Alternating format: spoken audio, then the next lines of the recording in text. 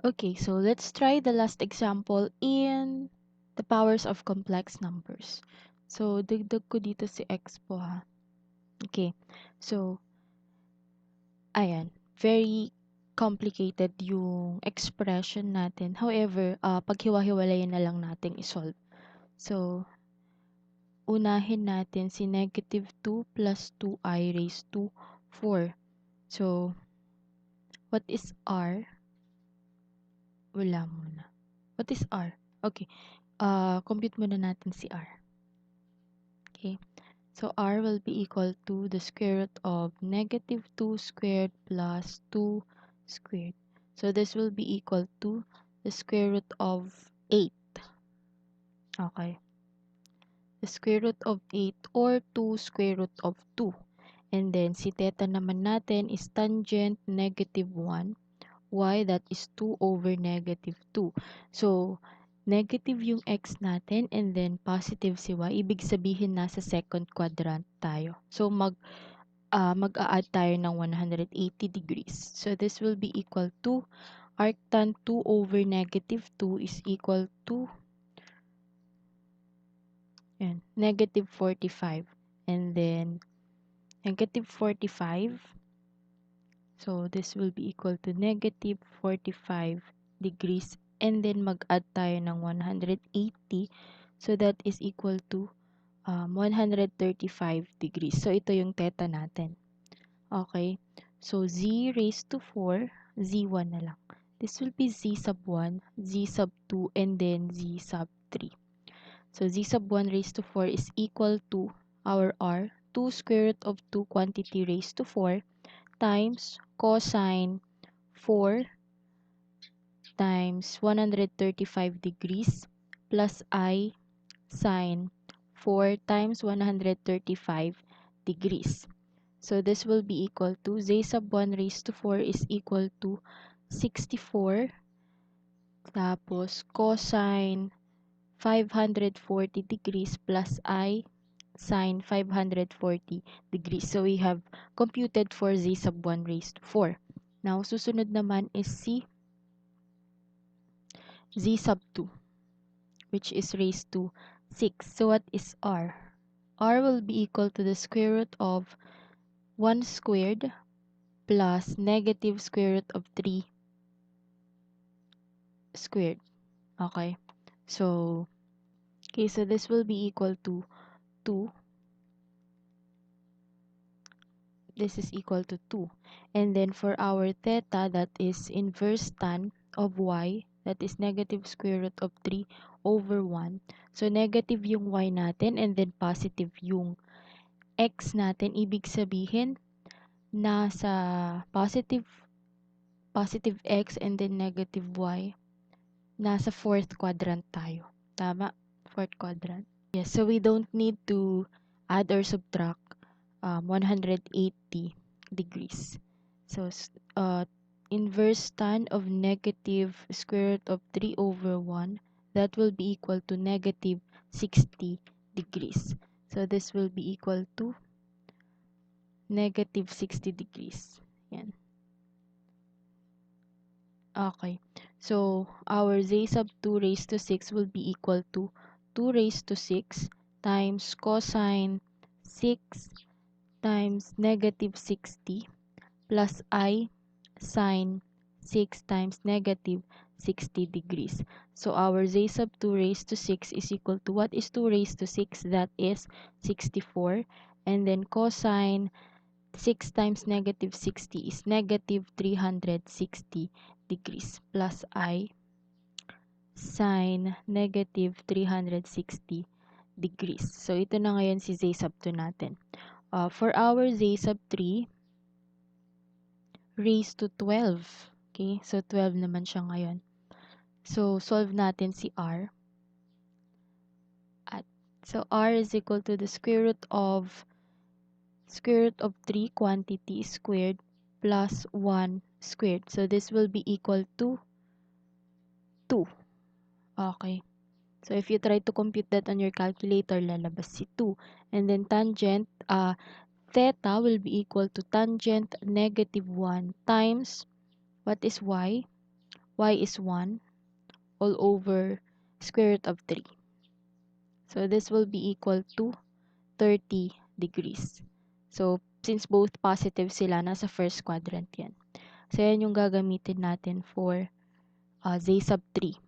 So our r is 2 raised to 12 times cosine 12 times 30 plus I sine 12 times 30 degrees. So this will be equal to 2 raised to 12 is 4096 times cosine 12 times 30 is 360 plus I sine 360. So we have now computed for the separately si z sub 1, z sub 2, and z sub 3 natin. Ngayon, ang gagawin na lang natin is to pagsamasamahin siya. Okay, so next slide na tayo.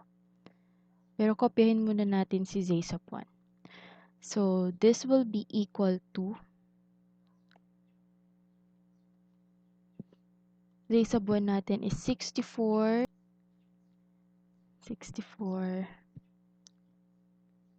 This is 64 cosine 540 plus I sine 540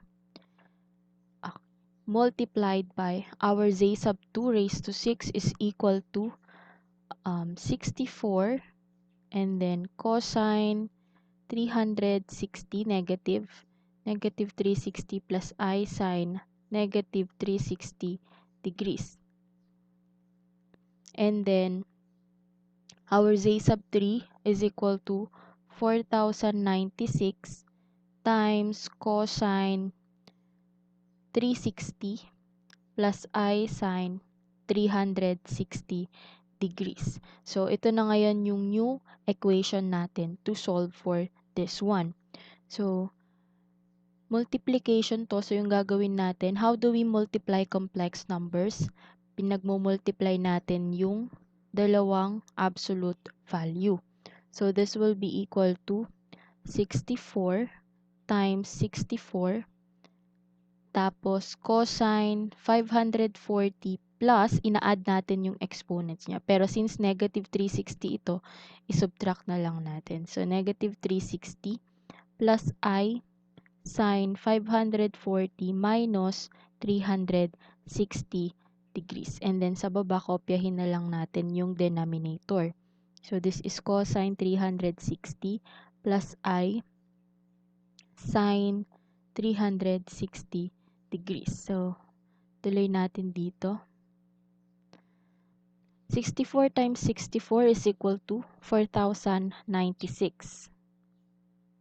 4096, yusin ko lang. Yan, 4096, and then 540 minus 360, that is equal to 180 degrees. So, cosine 180 plus I sine 180 degrees over 4096 times cosine 360 plus I sine 360 degrees. Ayan.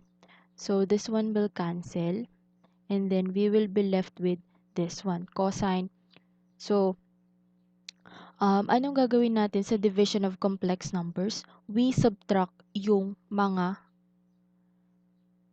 arguments natin. So, this will be equal to 1. This will be equal to 1. And then, cosine 180 minus 360 plus I sine 180 minus 360. So, this will be equal to cosine 180 minus 360 is equal to cosine negative 180 degrees plus I sine negative 180 degrees. So, if we try to compute for this one, so cosine negative 180 degrees is equal to negative 1. So, this is negative 1. And sine negative 180 degrees is equal to 0.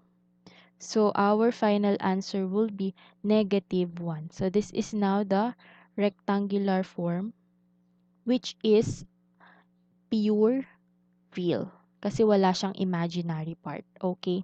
So, if we try to convert that into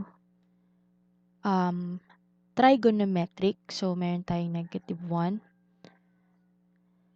So, yung rectangular natin is -1. And if we are going to find the value of r, yung modulus natin, so this will be equal to 1 squared, -1 squared plus 0 squared.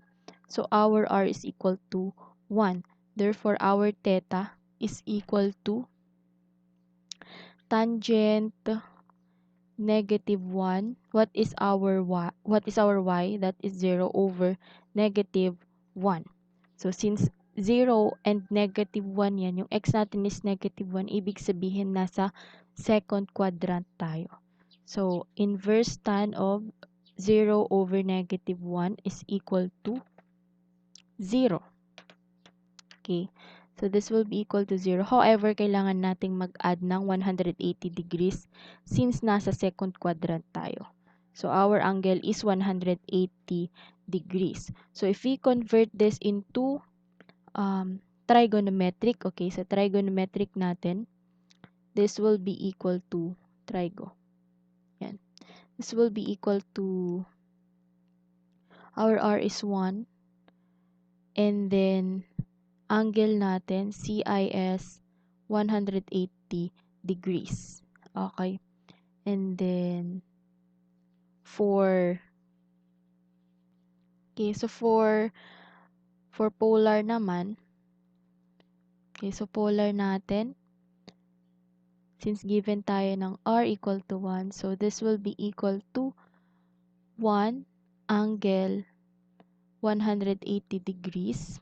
And then, for exponential, so si 180 degrees, i-convert natin into radian. So, this will cancel. This is equal to pi. So, this is e raised to pi I. Okay, tama. Okay. So, this is our final answer for example number 3. Ganun lang. So, ibig sabihin, yung r natin is nandito sa x-axis. Ayun. This is our r. Okay. So, that ends my discussion in powers of complex numbers.